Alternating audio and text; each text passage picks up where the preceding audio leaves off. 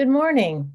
I'm Pat Benedict, your worship associate for this morning service, October 31st, 2021.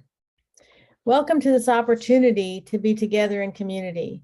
This is a time to celebrate and to acknowledge the joy, comfort, and sometimes the challenges we face as a community. We come together in this Unitarian Universalist congregation to learn more about being human. We learn how to listen, how to forgive, how to grow in trust and compassion. Welcome to this day. Today we welcome Reverend Kathy Schmitz, our speaker. Reverend Kathy is an ordained Unitarian Universalist minister. She describes herself as an eco-humanist, strongly influenced by Buddhist practice and teaching. She has a passion for interfaith work and is a longtime environmentalist and advocate for social justice. Semi-retired, Reverend Kathy resides in Orlando with her husband, Charlie Behrens. Time for our stone ritual. I place a stone for the joys of the past week, a stone for the sorrows,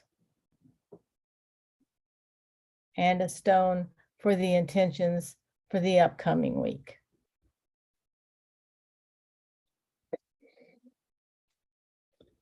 We light our chalice this morning with words, "The Stream of Life" by Rabindranath Tagore. The same stream of life that runs through my veins day and night runs through the world and dances in rhythmic measures. It is the same life that shoots in joy through the dust of the earth, in numberless blades of grass, and breaks in tumultuous waves of leaves and flowers. It is the same life that is rocked in the ocean, cradle of birth and death, in ebb and in flow. I feel my limbs are made glorious by the touch of this world of life, and my pride is from the life throb of ages dancing in my blood this moment. Our opening hymn today is "Answering the Call of Love." Join us in singing number 1014, "Answering the Call of Love."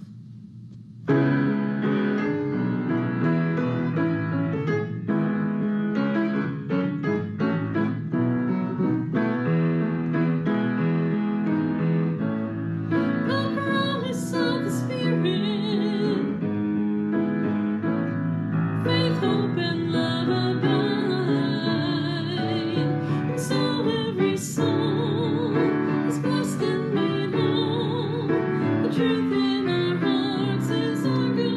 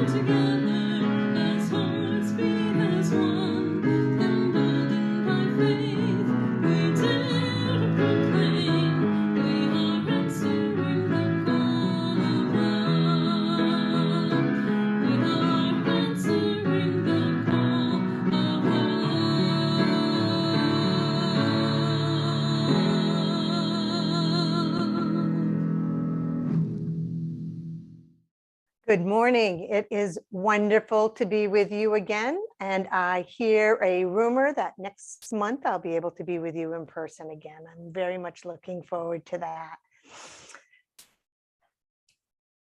I have a scar. It's on my arm. Those of you over 50 and raised in the United States probably have one too. I'm talking about, you may have guessed, the scar from my smallpox vaccine. Younger folks don't have the scar because they didn't get the vaccine because it worked. And smallpox was declared eradicated globally in 1980. Children in the US stopped getting the vaccine in 1972. Again, because it worked. When I was 17, I went away to college and I found myself meeting people from other parts of the country for the first time. One night, a bunch of us were sitting around, and for reasons that escape me, we ended up comparing scars, like you do. For example, one person had their smallpox vaccination scar on their thigh rather than their upper arm. We didn't know why. It was different part of the country, different doctor preferences. Someone noticed that my scar was more pronounced than other people's. So I told my story. While most children were vaccinated at 1 year of age, I was vaccinated at age 6. So my scar hadn't had time to fade as much as others had.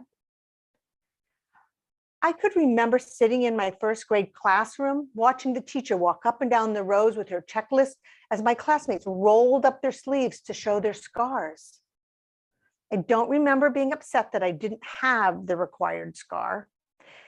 And I don't remember what was done about it in that moment.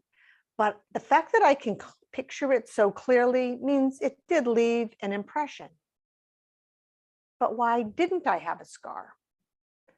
As a 1-year-old, for reasons I don't know, I couldn't be vaccinated. It was decided that I would just receive my vaccine when I started first grade, when it would be required. But as it turns out, shortly before I began first grade, I cut my foot rather badly.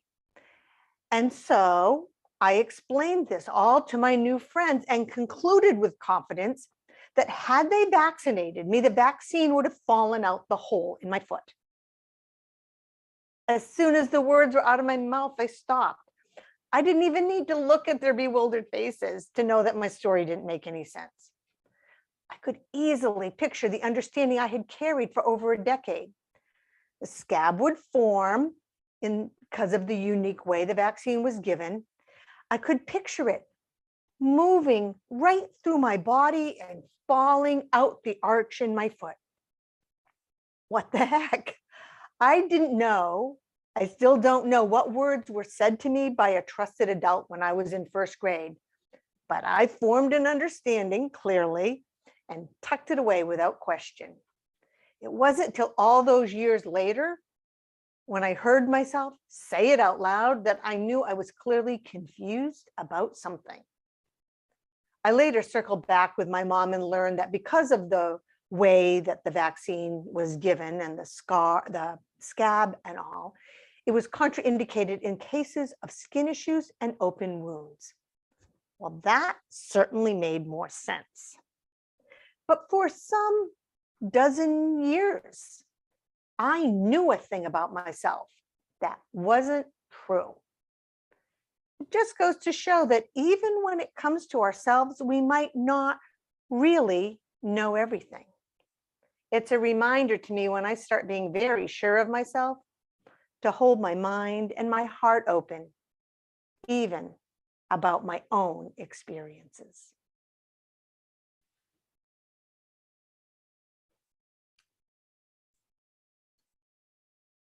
This morning, our meditation is interactive. As we use our time of meditation to reflect on joy, you will have an opportunity to let me know what brings you joy. So participation. Now, we won't be sharing with each other your offerings today, They'll be used in a joy-themed service on December 5th. If we were in person, I would give you those strips of construction paper out of, that we used to make holiday chains out of. And I would be inviting you to create 1 to 5 joy links to be added to our communal chain.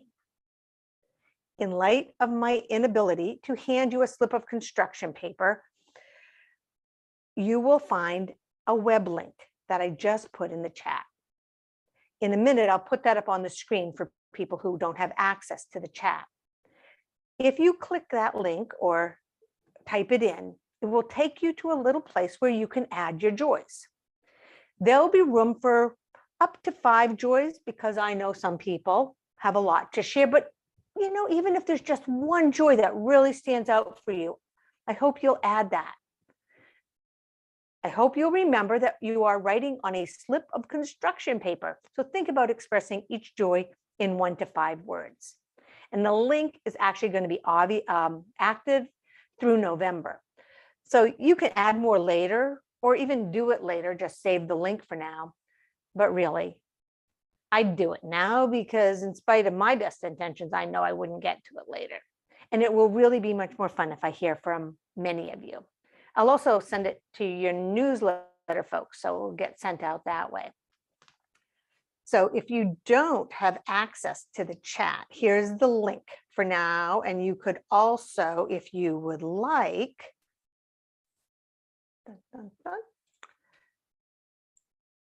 you could also screenshot it to save it for later. So let's take a moment to reflect on joy. If you like, take a deep breath. Let it out slowly. Relax if you can. And remember what brings you joy. Even if today joy is hard to find, can you maybe remember a time when it wasn't?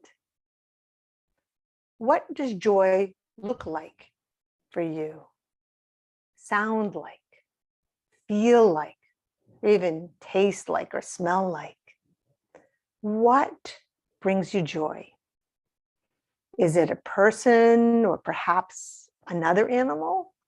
Is it a place or a thing, an experience or activity, a sense, something else entirely? What brings you joy? Is it fleeting or does it stay with you? Does it tend to surprise you or can you access it when you wish?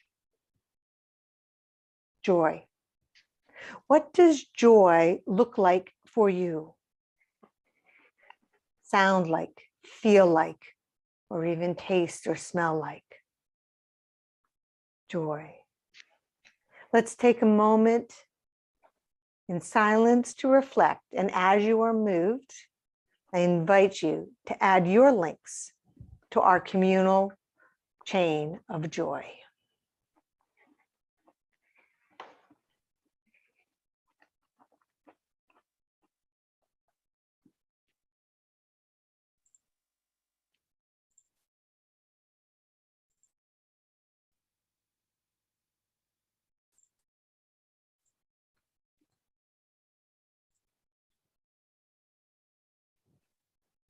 Thank you.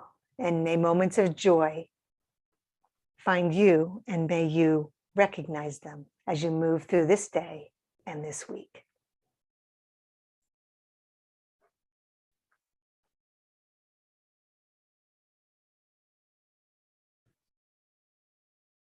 It's now time for our offering to support the continued good work of this community.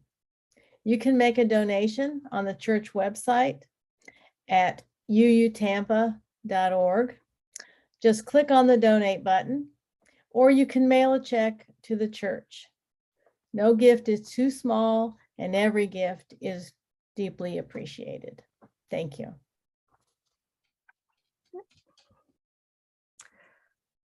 Sometimes we know things about ourselves that aren't true. I've been pondering this reality in light of the first Unitarian Universalist source. Our association lists 6 sources, places from which Unitarian Universalists often draw insight and inspiration. The first source, I'm going to put it up here because I don't know who wrote the sources, but I believe they were poets, and they are very wordy, and they sometimes takes a minute to get them into our heads. But the first source says the living tradition from which we share draws from many sources. Number 1, direct experience of that transcending mystery and wonder affirmed in all cultures, which moves us to a renewal of the spirit and an openness to the forces which create and uphold life. Our direct experience.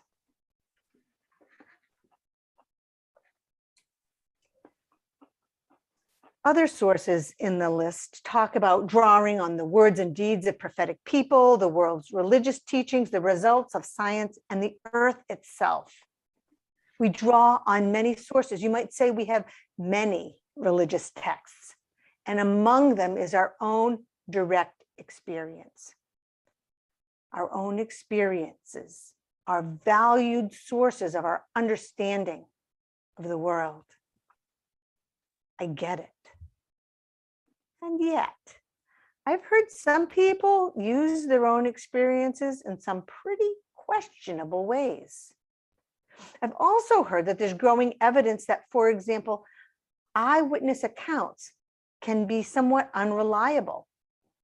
I decided to do some reading, and it seems that the answer is yes and or both and. Like most things in life, a bit of nuance is in order. Of particular interest to me was a 2017 article in Scientific American titled "Eyewitness Memory is a Lot More Reliable Than You Think: What Law Enforcement and the Public Need to Know."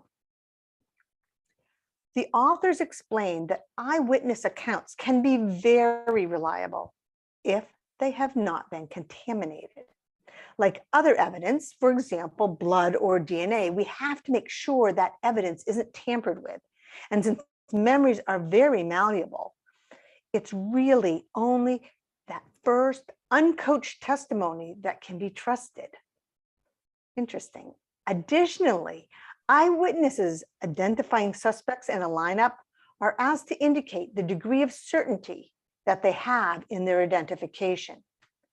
Studies have shown that in those cases that are eventually overturned, for example, on DNA evidence, the initial eyewitnesses are much more likely to have indicated that they were not certain. In cases in which a high degree of certainty is indicated, cases are much less likely to be overturned. On the face of this, it seems obvious, but how often do we forget the ways that memory grows and change over time, how it has been influenced by previous experience or subsequent experience or the opinions of others? Now, in the case of suspects in a criminal case, there are important justice issues at play in figuring out how to appropriately use or decide not to use an eyewitness account. But even outside the court system, reflection on how we understand our own direct experience may be in order. For example, I'd like to share 3 stories from my own life, stories that I might say help to make up the text of my life. Each of these stories from my past, as I hope you will see, is both precious and problematic. Precious and problematic. Story 1. When I was 5 years old, my family drove from our home in New Hampshire to the New York World's Fair. Much of what I remember of that trip comes from the family photo album, but there's one experience that stayed with me and influenced my worldview. I went on the ride It's a small world. Now, before you reach for the mute button, I just will assure you that I am ethically forbidden to sing in front of other people. So you don't have to worry about getting that tune stuck in your head. I know many people find the song and the ride annoying. And I know that there are valid cultural criticisms. But when I was 5 years old, it was magical. Coming as I did from a place with no visible racial or ethnic identity, I was charmed. This is what the world outside the boundaries of my small town would be like, all kinds of people singing and dancing together. Wow. This is what caused me to collect international dolls as a child and to travel as an adult. It also helped to form my overly optimistic worldview. In spite of so much evidence to the contrary, I still want to believe that we should all be able to sing and dance together, even if some of us need to be muted. For nearly 60 years, I have carried inside me a vision of the world, and that vision is wrong. So many diversity trainings taken, so much life experience. I know better. It's not that simple. And yet, I know that that little age-appropriate visit helped to make me who I am today. I don't have to give up that fond memory. I don't have to downplay it. I don't try to counter the positive impact it had on me. I can appreciate it for what it was, and I can grow and learn and know more. You know, I need to do a little public service announcement. I have a friend who knew me before I went to seminary. She sometimes says to me, "You're talking minister." And I know what she means, but you might not. And since you are kind enough to come to worship when I'm speaking, I thought I might offer a little guidance to minister speak, at least my dialect. In telling my stories, I'm not suggesting that you should find meaning in them. I'm inviting you to examine your own stories, your own personal texts, and see what you might find there. At least that's what I'm trying to do. But you know, over the years, I've encountered at least 3, probably more, but at least 3 responses to my sharing of stories. First, there are the people who don't get it. They turn to their friend or their partner and ask, "Why was she talking about herself so much?" The thing is, I can't tell your stories.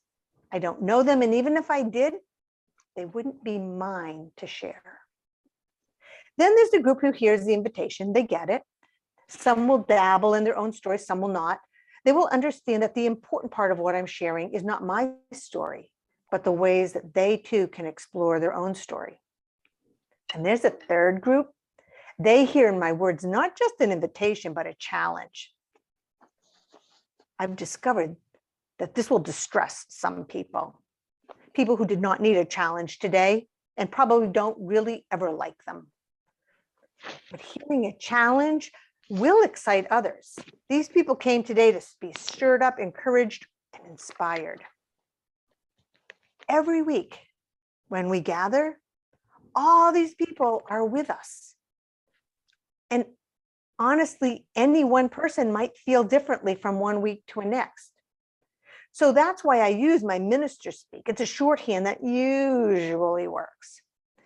If today it was all you could do to turn on the computer and find the worship link, if today was a day when you already have enough pain and confusion on your plate and you don't need to go digging for more, if today you really just wanted to come for community, then I hope that you will understand the language of invitation to mean that you can do just that. But if you came today for a challenge, I hope you hear one in the invitation, a challenge to go deeper and dig in and see what you can find. If you came today to be called to your best self, and if something you hear sends your heart and mind down a rabbit hole and you take in nothing else until the final song brings you back, that's good too. An invitation is something that can be declined, considered, or accepted with gusto. My ministers speak, as my friend calls it, is my attempt to leave room for you to find what you need and to do what is right for you today. Another story. In that small town in which I grew up, I actually thought I was the diversity, because while most people that I knew described themselves as either Irish or English or Italian or German, I was mixed. I had a German last name, but I also knew I was English and Scottish, and according to my mother, Native American. Now, there was no country-specific training attached to any of this. Culturally, I was raised a waspy 1950s Euro-American. But I thought I was much more interesting because I wasn't just one thing. This made me slow to pick up on some cultural stereotypes because it didn't make sense to me, given what I knew about myself. This understanding may have influenced my spiritual life, inspiring my affinity with the natural world. Maybe. And it was all fine until Ancestry.com and 23andMe came along. And well, the English and Scottish are right. That would be the accurate telling. There's a bit of other Northwest Europe, but really, we're talking British Isles here. And really no evidence at all of Native American. I'm a little sad. I even checked the websites again yesterday as I was preparing, just to make sure they hadn't found something and updated it. My biggest disappointment is that we discovered this just before my mother died a few years back. We'd had her tested too, and she was not happy with the results. It's one of the few times she was mad at me as an adult. She had lived with this misunderstanding that was dear to her for much longer than I had. I liked that misunderstanding, wrong though it was. I think it influenced me for the better. And now I have a new story of how I thought I was something and found out I wasn't. And that story can still continue to inform me. It makes me think of the Japanese art of kintsugi. It's the practice of repairing pottery with lacquer laced with gold or silver or some other substance. The results look a little bit like this.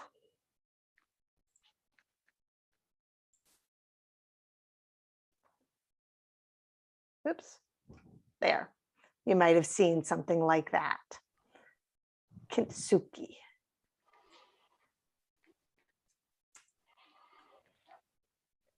Literally, the word means gold joinery, and it probably dates back to the 15th century of the Common Era.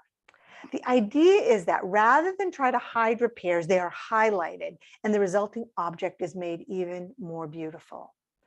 Philosophically, it reminds us to embrace the imperfect, and change, and also not to waste. The art has been practiced with teacups, and the repaired and beautified teacups still hold tea. So I wonder, might the same be true of our stories? That when we find they are broken, we can repair them, and the resulting story can still be beautiful and can still hold our history. Individually and collectively, can we not allow our stories to transform, and in doing so, make our lives and our world more beautiful? I think of this as I share my last story, the story of Thanksgiving. As a child, every year, we literally went over the river and through the woods to grandmother's house. There were no horses or sleighs involved, but it had the other markings of a stereotype Thanksgiving holiday. My memories are fond. In recent years, the calls to reconsider our mythology around Thanksgiving have been getting more and more attention. For decades, Native Americans have protested and reminded us that the relationship between arriving Europeans and the people inhabiting this land were complex and often heartbreaking. My purpose is not to explore this topic this morning, but if you have no idea what I'm talking about, I do invite you to look for opportunities to become informed. My reason for bringing it up this morning is to say that in spite of what I know about the realities of the history of Thanksgiving, I still plan to celebrate Thanksgiving. I will be with family and we will be grateful. And I will likely learn more about the atrocities from my grandchildren who are growing up with much more awareness than I ever had of the tragedies of colonialism. We will not decorate with pilgrims. We will not intentionally perpetuate stereotypes and inaccurate mythology. But in the world today, I am not willing to give up a well-established day focused on gratitude.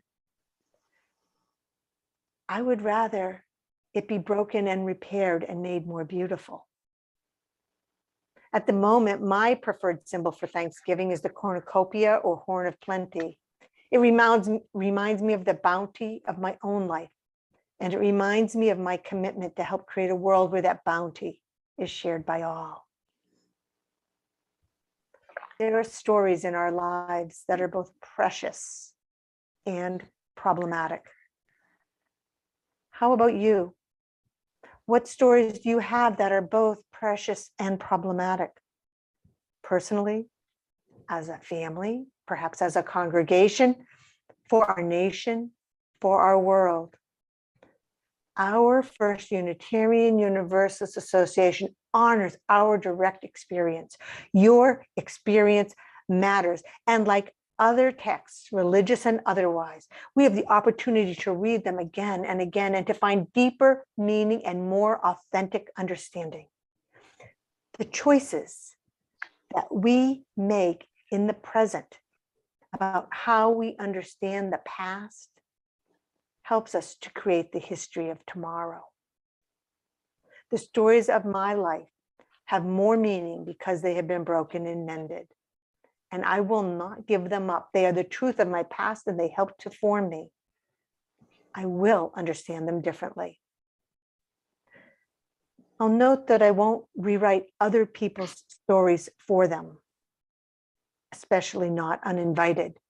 That will require their own attention and artistry. But we can accompany one another, even if we can't do the work for each other. Together in community, we have the opportunity to create a more beautiful world, one that holds our history and our evolving truth, all of it, all at the same time. May it be so. Please join in singing number 354, We Laugh, We Cry.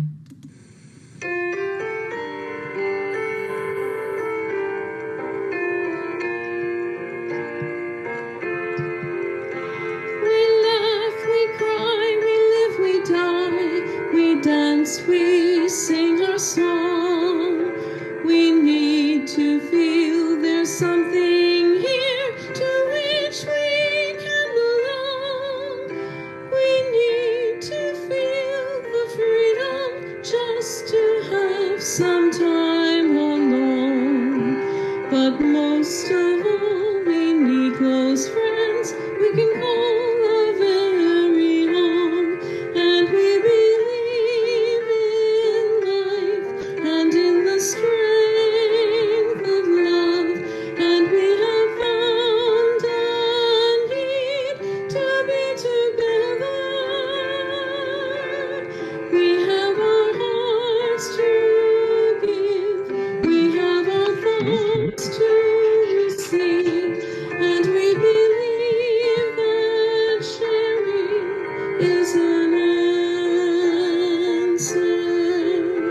A child is born among us and we feel a special glow.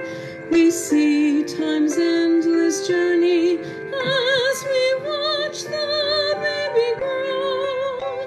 We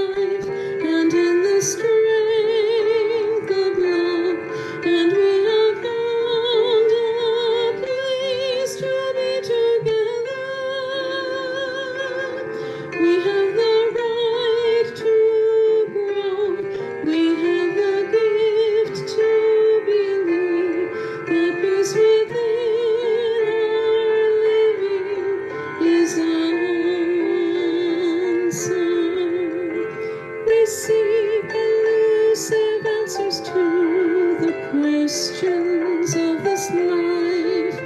We seek to put an end to all the waste of human strife. We search for truth, equality, and blessed peace of mind. And then we come together here to make sense of what we find. And we believe in life and in the strength of love. And we have found our joy being together. And in our search for peace, maybe we'll finally see even the question truly is answered. We extinguish the chalice with these words by Forest Church. Each of us, of course, must assume the responsibility for awakening. Others may be responsible for our being born, but what we make of our lives, how deeply and intensively we live, is our responsibility and ours alone. Having accepted life as a gift for ourselves, we are then charged to revere the presence of this same gift in others.